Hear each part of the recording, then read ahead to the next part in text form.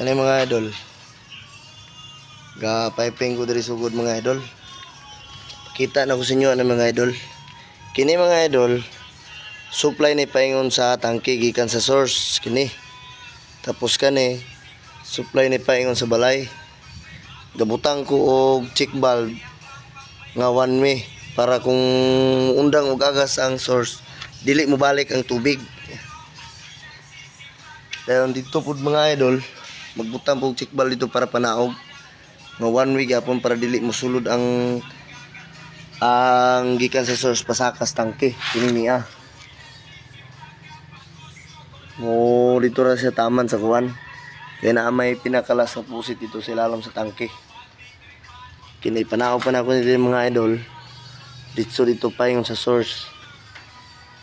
Butang ko git valve, yung patyon dito sa tangke.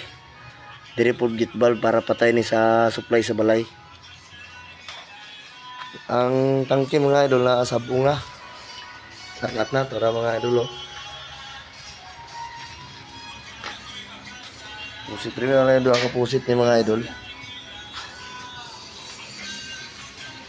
Si mga idol, sa sunod na po update sa trabaho mga idol. Salamat.